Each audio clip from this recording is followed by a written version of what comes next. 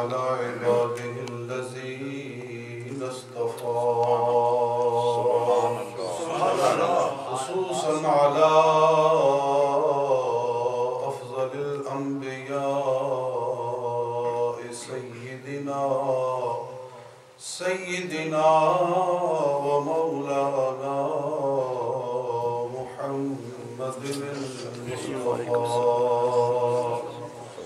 وعلى آله وصحبه أولي الصدق والصفاء سبحان الله. أما بعد فأعوذ بالله من الشيطان الرجيم. بسم الله الرحمن الرحيم. سبحان الله. لقد رضي الله عن المؤمنين إذ يبايعونك تحت الشجرة فعلم ما في قلوبهم سبحان الله فأنزل السكينة عليهم وأثابهم فتحا قريبا. صدق الله العظيم. فقال الله تبارك وتعالى في كلامه إن الله وملائكته يصلون على النبي يا أيها الذين آمنوا صلوا عليه وسلموا تسليما. الصلاة والسلام عليك يا سيدي يا رسول الله وعلى آلك وأصحابك يا حبيب الله.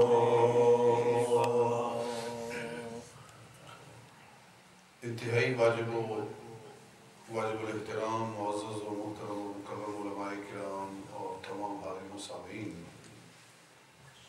یہ میری خوشبختی اور میری سعادت ہے کہ میں ایسی پاک محفل میں حاضر ہوا ہوں. سبحان اللہ.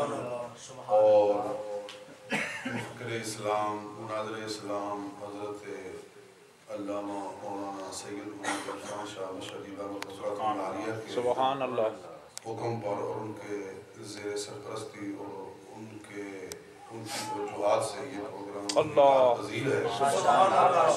بلکہ یہ سارا ماحول ہی یہ انہی کا بنایا ہوا ہے اور ہم بڑے ان کے ممنون منت ہیں، ان کے احسان مند ہیں کہ برطانیہ میں جب رافضیوں اور خارجیوں کا بہت ہم نے شور سنا تو اللہ تعالی نے ہی انتظام فرمایا کہ حضرت علامہ مشہدی دامت برکاتہ کو پاکستان سے یہاں لے آیا. اور اس میں شک ہی کوئی نہیں کہ آپ کے آنے سے بہت سارے فتنوں کی سرکوبی ہوئی ہے.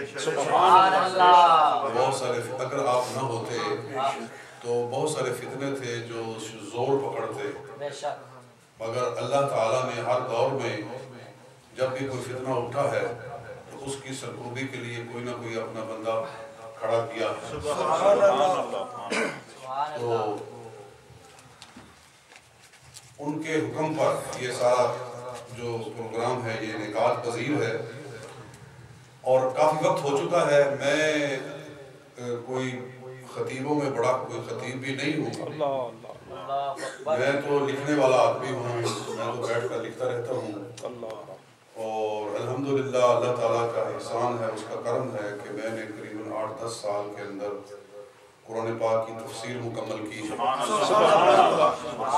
نعرہ تکبیر، نعرہ رسالت، نعرہ تحقیق، حضرت مفسر قرآن. اور اس تفسیر میں جس قدر رافضیوں کا رد ہوا ہے، گستاخان صحابہ کا رد ہوا ہے، الحمدللہ وہ ایک خاص کام ہے. اور پھر ختم نبوت پر جتنا مواد اس تفسیر کے اندر آیا ہے وہ بھی ایک خاص کام ہے. کیونکہ ان دو مذہبوں کے بارے میں میں نے کافی مطالعہ کیا تھا میرا ایک مطالعہ تھا، ایک زندگی کا حصہ میں نے ان دو مذہبوں کو پڑھنے میں صرف کیا تھا، اور خاص کر جو اہل تشیع ہیں ان کے بارے میں تو میرے والد گرامی سبحان اللہ شیخ الحدیث حضرت علامہ مولانا محمد علی رحمۃ اللہ تعالیٰ علیہ کی ایک علمی تحقیق ہے، ایک بہت بڑا ان کا کام ہے۔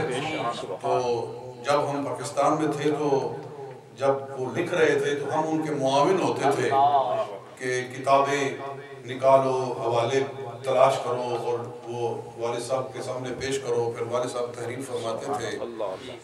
تو وہ بھی ایک ذہن کے اندر ایک مواد تھا، اس لیے جب قرآن پاک کی تفسیر کا کام شروع کیا تو سب سے زیادہ میں نے جو اس پر روشنی ڈالی ہے اور جو فوکس کیا ہے جس موضوع پر، وہ سب سے زیادہ رد شیعیت ہے، رد رافضیت ہے۔ اللہ تعالیٰ قبول و منظور فرمائے۔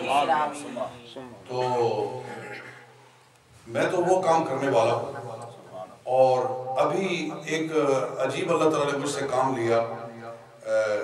میں گیا تھا حج شریف پر، تو میں نے ارادہ کیا تھا کہ حدیث کی ایک کتاب ہے الجامع الصغیر، امام سیوطی امام طبرانی رحمۃ اللہ تعالیٰ علیہ کی 3 کتابیں ہیں، جامع صغیر، جامع اوسط اور جامع کبیر۔